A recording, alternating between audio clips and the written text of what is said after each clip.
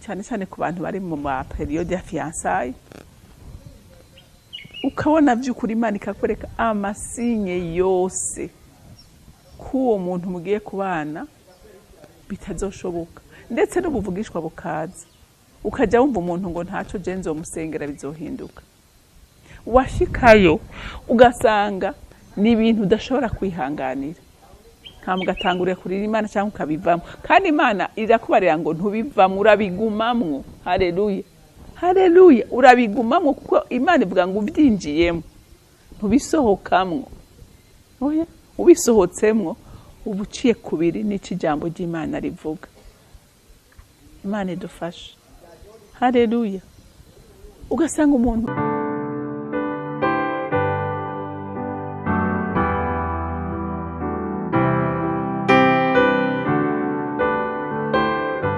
bakunzi bahora CANAAN TV, ndanezerewe kandi gusubira guhura namwe ngo tuganire ijambo ry'Imana. Ariko imbere ko dutangura kuganira, reka tubanze dusenge. Mana data rugira byose uri mu ijuru, se umwami wacu Yesu Kristo, w'imiryango yose yo mu isi yitirirwa n'indimi zose, cishijwe bugufi no kugushima Mana kuko watugiriye neza. Nta mwami Mana nta numwe mu bakumenye bakamenya igikorwa cy'icubahiro wadukoreye nk'abana b'abantu atogushima kandi atoguhimbaza. Utugwanirira uko bukeye nuko bwije, kandi udukebura uko bukeye nuko bwije, kuko ari uko wabisezeranye. Nta na rimwe wigeze wivuguruza kuco wavuze, nta na rimwe wigeze utera umugongo bakugana, ariko abakurondera bose mwami Imana akakuronderana umwete urabiyereka. N'ubu turakwinginga no muri iri jambo tugiye kuganira, reka ikomeze kwihishurira abana bawe mu ijambo ryawe, kugira ngo bakumenye kandi batahure neza urukundo rwawe udukunda n'imbabazi zitangaje utugirira uko bukeye nuko bwije. Urakoze kubyumvise kandi kwemeye kubidukorera, icubahiro n'ishimwe bibi vyawe. Abandi abisenze ndabyizeye kubyumvise mu izina rya Kristo Yesu, amen, amen. Reka rero turabe ijambo Imana yampaye kuganira namwe uyu munsi. Ni ijambo rivuga ngo ntukagerageze Imana yawe. Nukuri ujya haraho umuntu akora ikintu ugasanga niyo Imana ikubabariye ingaruka y'ico wakoze itigera ivaho. Haleluya. Rero twirinde ibyo dukora byose, tumenye ngo bizana ingaruka. Haleluya. Birazana ingaruka mbi ku buzima bwacu. Reka dusome ijambo ry'Imana muri Matayo. Turasoma igice cya 4 duhere ku murongo wa 5 dushikane ku murongo w'7. Buno Satani amujana mu gisagara cera, amuhagarika ku gatwe ku rusengero, aramubwira ati niwaba uri umwana w'Imana ikororere hasi, kuko vyanditswe ngo azokuragiza abamarayika biwe, nabo bazokuramira mu maboko yabo, ngo kumbure ntutsitare kwibuye. Yesu aramwishura ati byongeye haranditswe ngo ntukagerageze Uhoraho Imana yawe. Amen. Murazi ko Satani warazi ubwenge, arazi ubwenge, arazi ahaca umuntu kugira ngo vy'ukuri amukure mu ntumbero, amukure mu mugambi w'Imana. Rero utabaye maso biroroshe cyane kumwumvira no gukora ibyo agutegetse, cyangwa ukavuga ngo jewe ndigeragereza inzira zanje. Kandi iyo wigeragereje inzira zawe, urumva iyo byasugaruka ku Mana ukayiririra, sivyo? Kandi rimwe na rimwe haraho umuntu ashobora no kwidogera Imana, akavuga ngo Imana yamuhemukiye, Imana yamutaye, Imana yagize gutya na gutya, kumbe izo ngorane zose niwe yazishizemo. Haleluya. Rero twirinde by'ukuri kugerageza Imana. Imana yaraduhaye amategeko ngo ngenderwako. Rero igihe tutayubashe, none Imana mwumva ikosi ifise yaririye. Igihe turira tukayiririra, harahi kurindira ikitegereza, ikakwitegereza, ikaraba utwo wigira. Ariko Imana yo imisi yose by'ukuri iravuga ngo mwana wanje ni waca muri inzira tuzojana, mugabo ni waca muri iyi jewe ntituzoba turi kumwe. None nkaha Yesu yemera kikororera hasi, mwibaza ko Imana yari kumusama? Yari kumusama. Rero nawe haragihe ugendera mu bintu ukibaza ngo Imana muri kumwe, kumbe Imana mutari kumwe. Haleluya. Imana mutari kumwe. Urumva Yesu aramubwira tumviriza ati ati sinshobora kugerageza Imana yanje. Hariho nk'abantu usanga akora amakosa kandi by'ukuri akayakora yabona. Mbwe yashika imbere cyane ahantu nkunda kubibonera. N'Imana ikakubarira ati cyane cyane ku bantu bari mu periode ya fiançailles. Ukabona by'ukuri Imana ikakwereka amasinye yose k'uwo muntu mugiye kubana bitazoshoboka, ndetse n'ubuvugishwa bukaza ukajya wumva umuntu ngo ntaco je nzomusengera bizohinduka. Washikayo ugasanga ni ibintu udashobora kwihanganira, ntamugatangurira kurira Imana cyangwa ukabivamo, kandi Imana irakubarira ngo ntubivamo, urabigumamwo. Haleluya, haleluya, urabigumamwo kuko Imana ivuga ngo ubyinjiyemo ntubisohokamwo.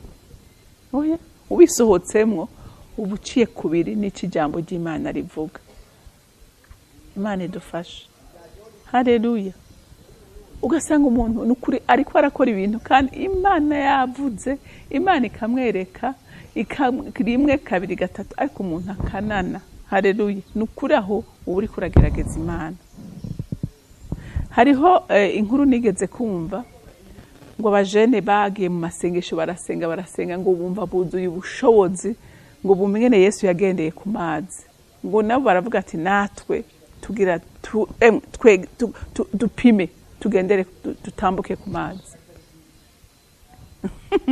Ngo baragenda batambutse baribira baratwagwa. None nk'abo bantu mwumva batagerageje Imana? Eske Imana yarigeze ivugana nabo ngo batambuke ku mazi? Ko na Petero kugira ngo yatambukire ko ari uko yumviye ijambo Imana Yesu amubwiye. Haleluya. Iri ijambo rya Yesu niryo ryatumye amazi akomera Yesu Petero akayagenderako. Haleluya. Kandi mwibuke ko nawe akuye amaso kuri Yesu yaciye yibira, avuze induru, umwami Yesu aramuramira. Haleluya. Rero natwe kenshi haraho dukora ibintu tukabikora ata kintu na kimwe twavuganye n'Imana. Haleluya.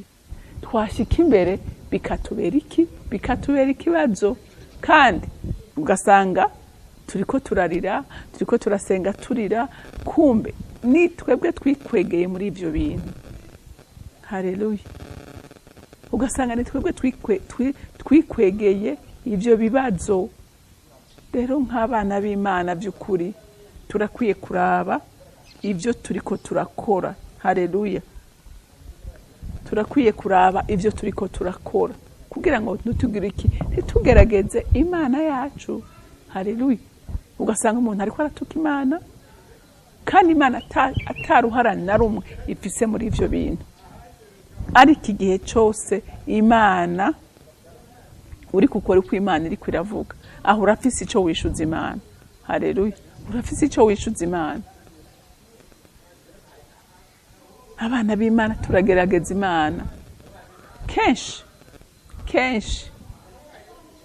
kandi ingaruka ningayo ndababwire nukuri cyaha rimwe na rimwe turakora icyaha, ariko ingaruka y'icyaha ugasanga irakurya naho Imana ikubabari, ugasanga iyo ngaruka yama iri kwira gusogota icumu mu mutima kubera ingaruka y'ibyo umuntu aba yagendeyemo.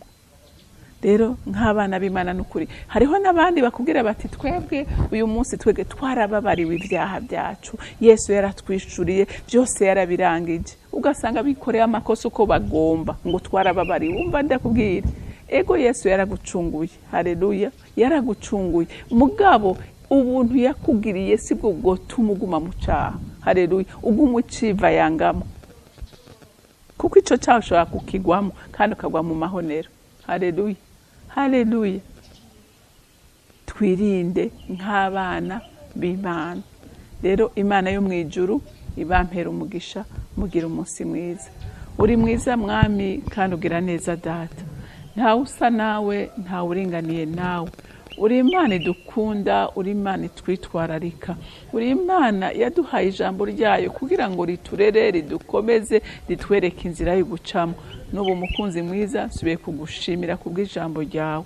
Reka wa Mana we abana bawe bagira umutima wo kutakugerageza, kuko wewe nta na rimwe uzokwigera usanga umwana wawe mu kibanza kitari ico, ariko warabivuze neza ko uwemeye kugendana nawe umushorera muri runo rugendo kandi ukazomushikana amahoro. Rero ugirire neza umuntu wese azokumvira ijambo kugira ngo rimufashe kandi rimukomeze kugendera mu nzira nziza igororotse, kugira nawe agendere mu mahoro ahore mu mahoro n'umunezero wawe. Ndagushimiye kandi ndakuninahaje, icubahiro n'amashimwe yose aba yawe, nkaba ndabisenze ndabyizeye kuvyumvise mu izina rya Kristo Yesu, amen amen. Mwarahezagiwe, mugira umunsi mwiza.